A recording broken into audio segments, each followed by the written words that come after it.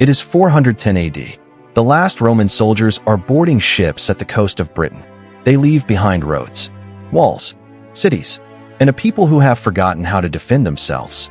What happens next, over the following 1,600 years, should not have produced one of the most powerful civilizations in human history. Britain was invaded, colonized, divided, burned, rebuilt, and invaded again by Romans, Saxons, Vikings, Normans. And yet, each time, something survived, something adapted, something grew stronger. The question historians rarely ask is, why? What the official record never mentioned was, this pattern was not an accident. To understand it, we need to go back to the beginning.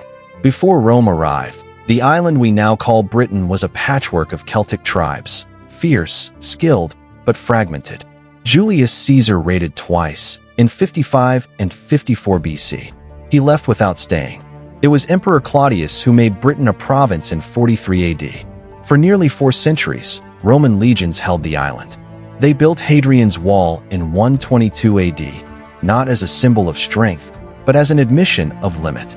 Beyond it, unconquered territory they couldn't control. That detail matters, because it tells you something about Britain that Rome recognized, and we often forget. This island has never been fully tamed. When the Romans left in 410 AD, they left behind a vacuum. And into that vacuum came wave after wave of newcomers. Angles, Saxons, Jutes from Northern Europe. Then Vikings from Scandinavia. Then, in 1066, Normans from France. Each group came to conquer. Each group changed Britain. But here is what no source seems to say directly. Each group also became British. The stakes of this story are not just historical. The pattern of absorption, of taking what invaders bring and folding it into something new, is the engine behind every major British achievement that followed. Everything seemed stable by the 11th century, until 1066 changed the equation completely.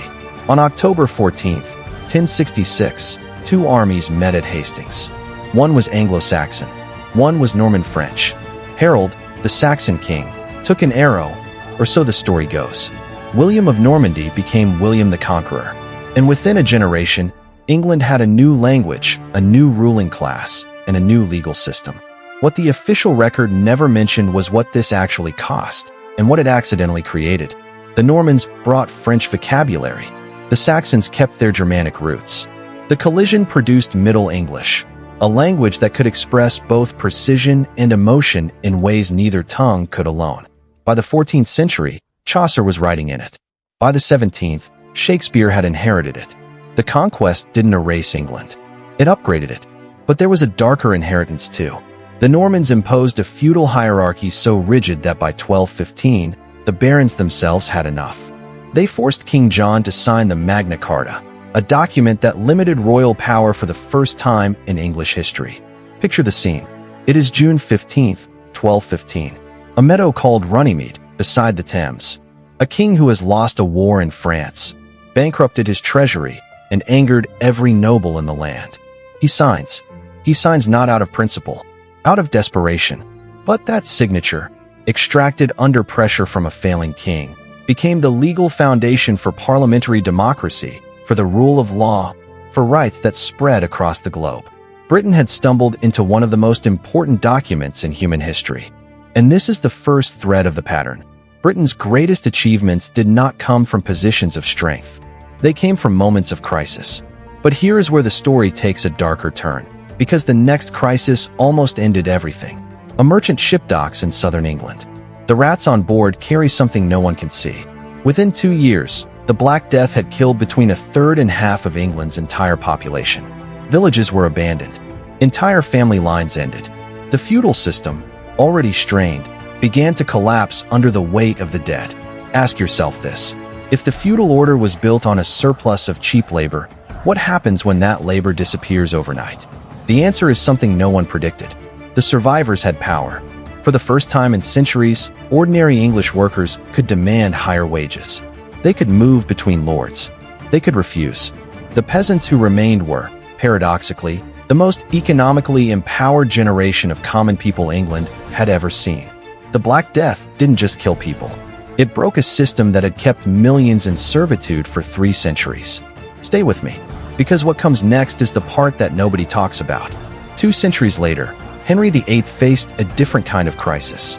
His marriage had produced no male heir. The Pope refused to grant him an annulment. And so, in 1534, Henry did what no English monarch had dared. He declared himself head of a new church. The break with Rome was not about theology. The data tells a completely different story. It was about land, money, and survival. By dissolving the monasteries, Henry seized roughly a quarter of all land in England and Wales. He sold it. He funded a military. He reshaped the economic map of the country. And in doing so, entirely by accident, he created a new class of landowners. Merchants, gentry, people who had never held power before. That rising middle class would, within a century, fund a civil war, execute a king, and build the foundations of parliamentary government. Every crisis Britain faced, invasion, plague, religious rupture, produced a reaction that expanded who held power. The pattern was not being planned, but it was undeniably there. By 1649, the unthinkable had happened. King Charles I stood on a scaffold outside his own palace and was executed by order of his own parliament. The world was told Britain was a monarchy. The reality was that Britain had spent 1,200 years building a system that no single ruler could permanently control. The Glorious Revolution of 1688 confirmed it. When Parliament decided James II had to go, they simply invited someone else, William of Orange, to take the throne. On their terms, not his. The constitutional monarchy that followed was not designed in a committee. It was assembled from centuries of conflict, crisis, and compromise. Every invasion that had been absorbed, every plague that had reshuffled power, every religious crisis that had broken old structures and created new ones. Britain in 1700 was something that had never existed before in human history. A parliamentary monarchy with a central bank, a free press, and a legal framework built on centuries of precedent. The Bank of England was founded in 1694. Within a generation, Britain could borrow money at lower interest rates than any rival power. That financial advantage, invisible, boring, rarely discussed, built the navy that built the empire.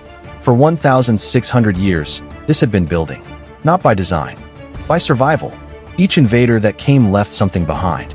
Each crisis that struck broke something that needed breaking. Each near collapse forced an adaptation that produced something stronger. The British Empire at its peak in 1920 covered a quarter of the world's land surface.